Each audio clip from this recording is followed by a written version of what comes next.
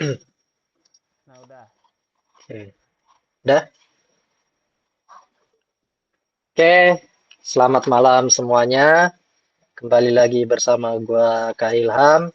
Kali ini adalah pertemuan kedua dari pertemuan sebelumnya yang masih membahas tentang berpikir komputasional. Ya, untuk mata pelajaran kali ini yang bakal gue bahas itu mata pelajaran informatika.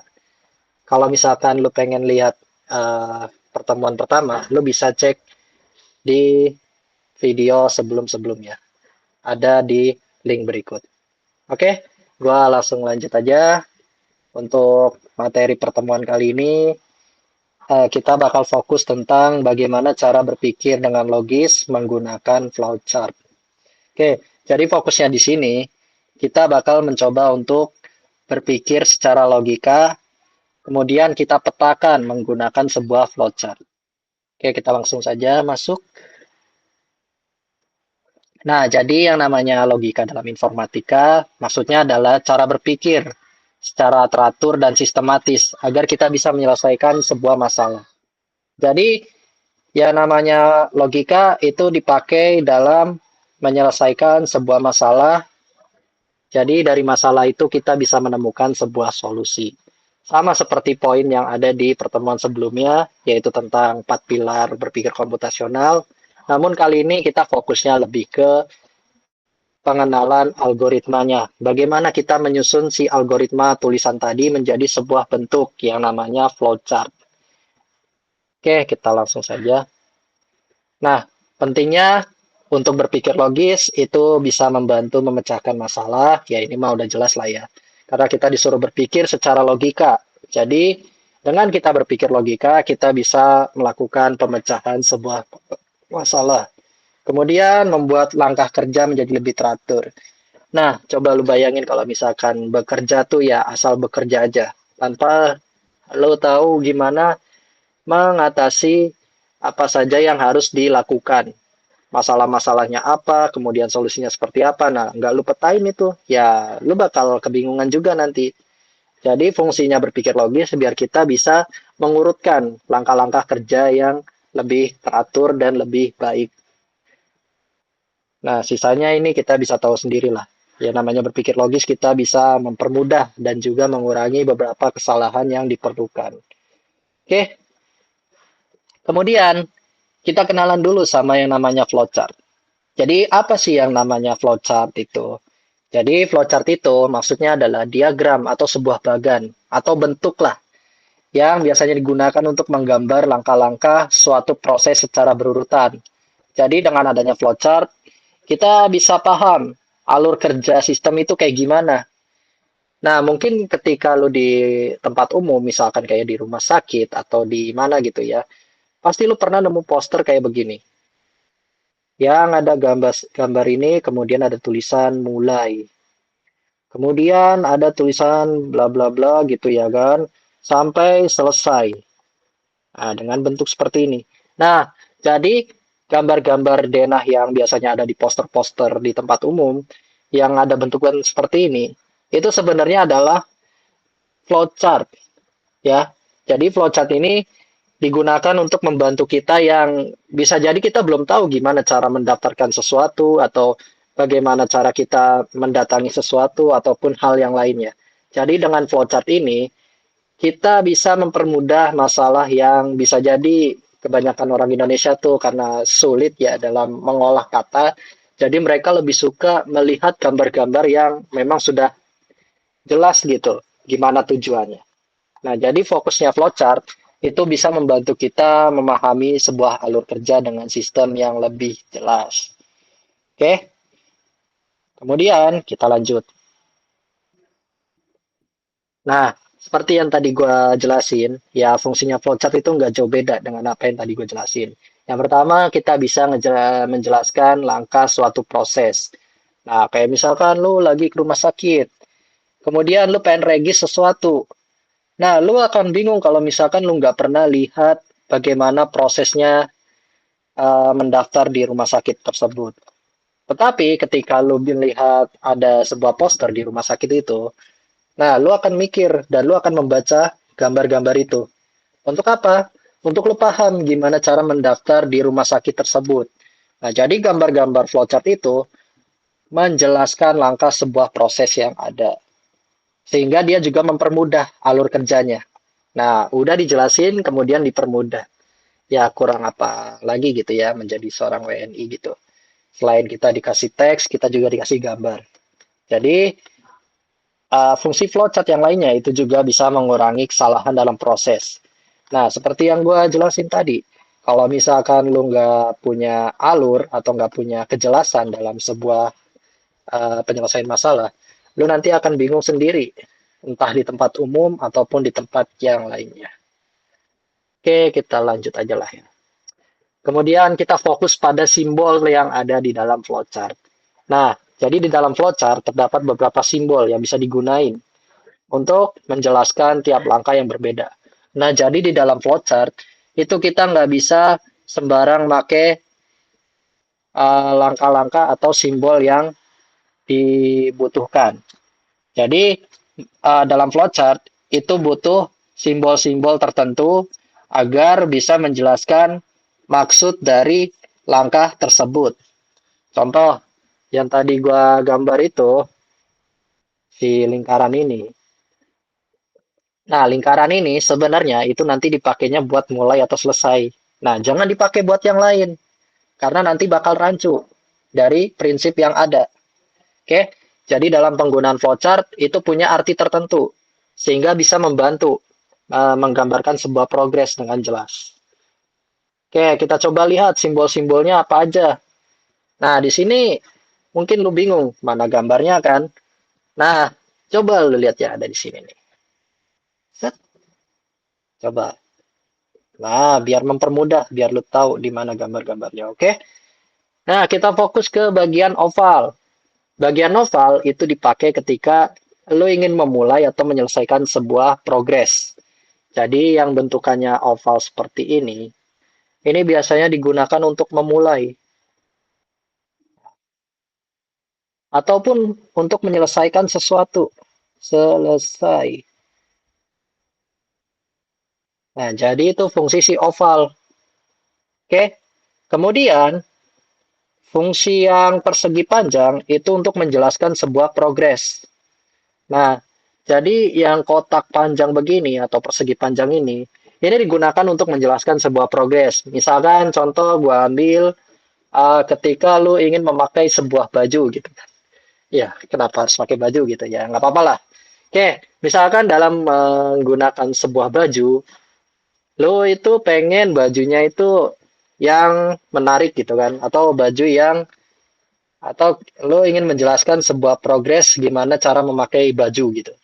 Misalkan dalam memakai baju, kita harus memilih bajunya gitu.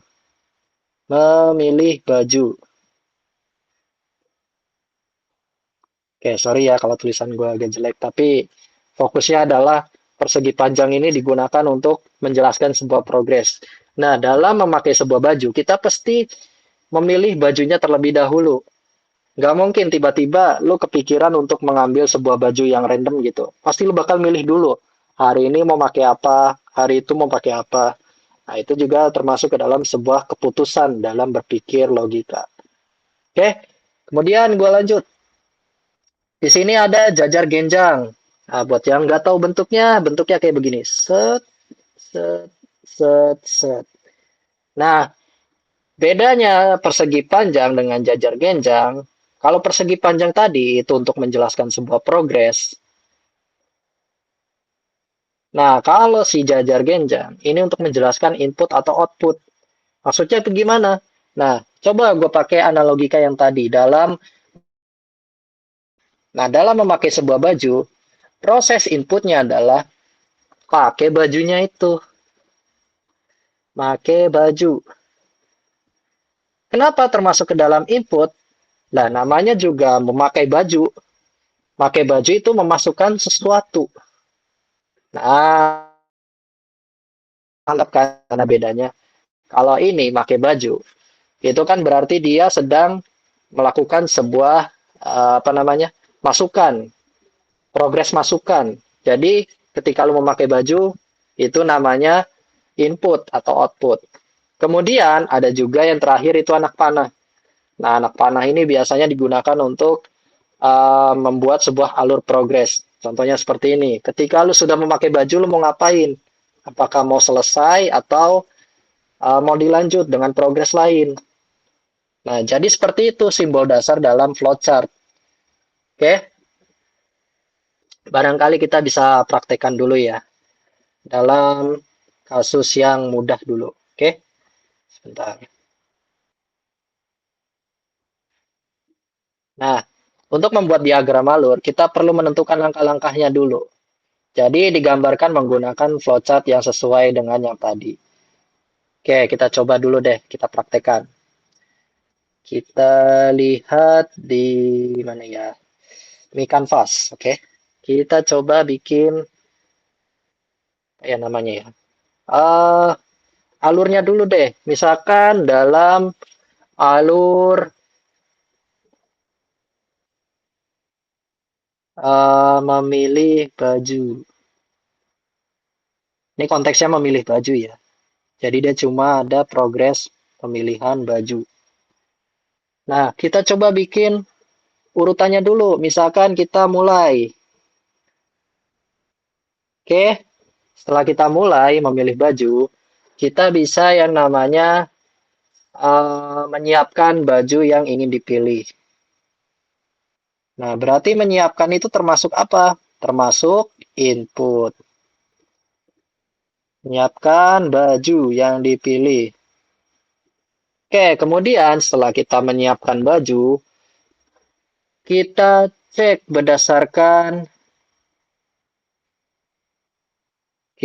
baju berdasarkan misalkan berdasarkan hari gitu ya. Misalkan untuk hari Minggu karena hari Minggu adalah hari santai, berarti kita pengennya berdasarkan hari misalkan hari Minggu, berarti kita pengennya baju santai gitu kan. Oke, baju santai. Kemudian setelah kita mengecek baju berdasarkan hari, kita pilih baju yang sesuai. Pilih baju yang sesuai. Nah, ini masih progres ya, karena kan dia sedang memilih. Setelah kita memilih baju yang sesuai, kita bisa yang namanya mengambil baju tersebut.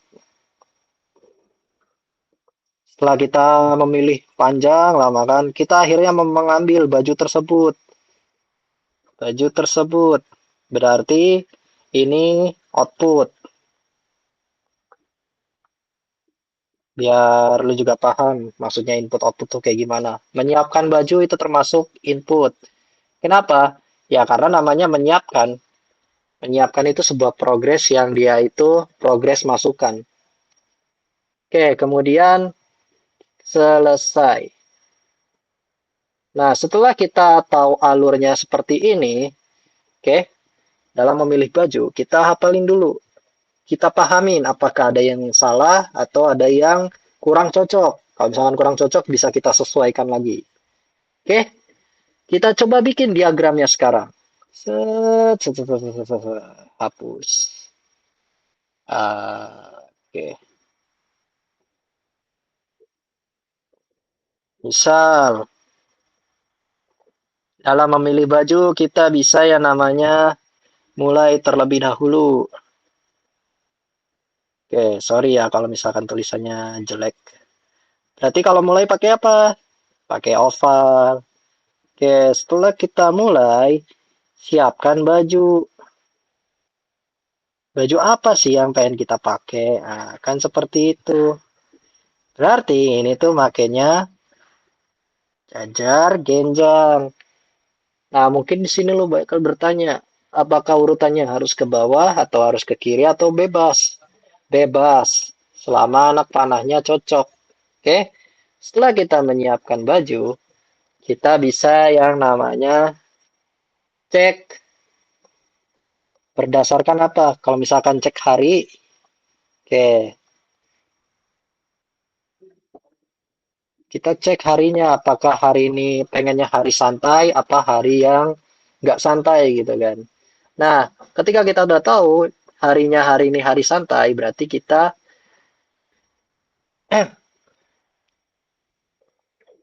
memilih baju. Oke, sorry sorry, agak jelek. Nah, setelah kita mengecek hari, kita ambil bajunya,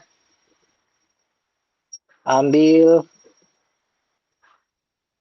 bajunya yang sesuai.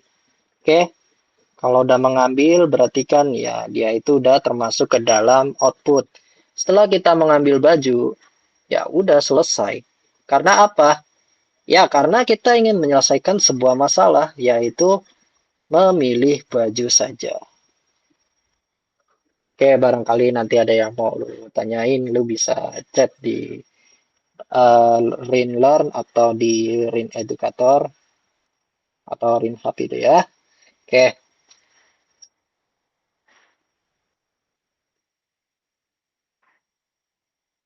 sebentar ya. Ini emang agak sedikit lambat. Oke.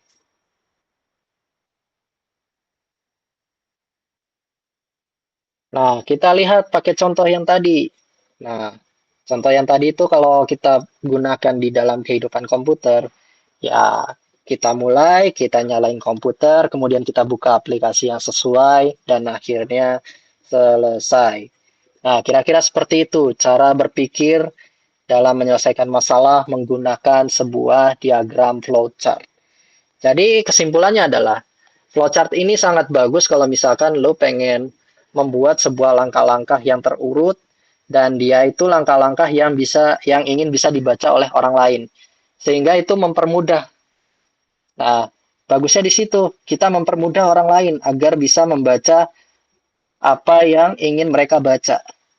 Jadi ini juga meningkatkan literasi bagi orang-orang yang mungkin juga males gitu ya untuk membaca. Jadi dia mulai dari paling dasar, yaitu melihat gambarnya dulu. Setelah melihat gambarnya, kemudian dia akan membaca alurnya. Jadi memang benar-benar membantu si flowchart ini. Ya, akhir kata terima kasih atas apa yang gue sampaikan malam ini. Maaf kalau misalkan gue ngomongnya agak terbata-bata atau kurang apa namanya, kurang sesuai dalam menjelaskan sesuatu. Namanya juga manusia, memang selalu ada kekurangan. Tapi ya, gue usahakan untuk lebih baik lagi di minggu-minggu berikutnya. Oke, sekian pertemuan kali ini. Kalau misalkan lo pengen apa namanya materi soal-soal ataupun yang lainnya, lo bisa cek sendiri di RinLearn ataupun di Rin Education. Nah, itu course-nya gratis ya. Jadi kalau misalkan lu pengen sebuah course tapi lu nggak punya duit atau emang lagi bokeh gitu ya, ya lu bisa masuk ke Rin Education ataupun ke Rin Learn tersebut. Oke, akhir kata gua akhiri sampai sini ya. Terima kasih sudah mau mengikuti kelas gua. Selamat malam semuanya. Ya, Dah. linknya ada di deskripsi ya guys ya.